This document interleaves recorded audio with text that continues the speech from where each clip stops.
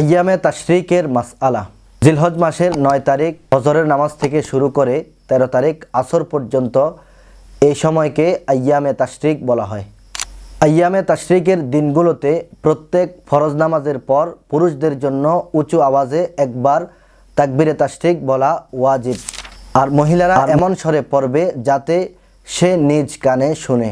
ফরজ নামাজ জামাতের সাথে পড়া হোক বা একাকী, ওয়াক্তের মধ্যে পড়া হোক বা কাজা পড়া হোক, নামাজি ব্যক্তি মুকিম হোক অথবা মুসাফির হোক, প্রত্যেকের জন্য ফরজ নামাজের পর একবার তাকবীরে তাশরিক বলা ওয়াজিব।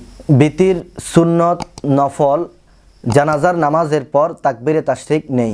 ঈদের নামাজের পরে তাকবীরে তাশরিক বলা ওয়াজিব নয়, বরং মুস্তাহাব। ফরজ নামাজের পর ইমাম সাহেব যদি তাকবীরে তাশরিক বলতে ভুলে যান, তবুও মুক্তাদিদেরকে তাকবীরে তাশরিক বলতেই হবে। মাসবুক ব্যক্তি, যার 1 রাকাত 2 রাকাত ছুটে গেছে, এমন ব্যক্তি ছুটে যাওয়া নামাজ শেষ করার পর তাকবীরে তাশরিক বলতে হবে।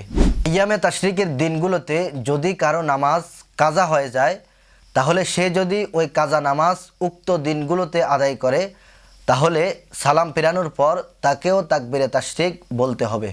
আর যদি পূর্বের কোনো কাজা নামাজ আইয়ামে তাশরিকের দিনগুলোতে আদায় করে, তাহলে এর জন্যে তাকবীরে তাশরিক বলতে হবে না। যদি লজ্জা বা অলসতার কারণে পুরুষ নিচু স্বরে তাকবীর বলে, তাহলে তার ওয়াজিব আদায় হবে না।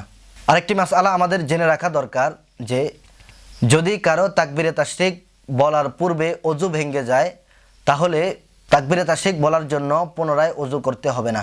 মাসবুক ব্যক্তি যদি ভুলবশত অবশিষ্ট নামাজ আদায় করার পূর্বে ইমাম সাহেবের সাথে তাকবীরে তাশরিক বলে ফেলে, তাহলে এক্ষেত্রে তার নামাজ ভঙ্গ হবে না।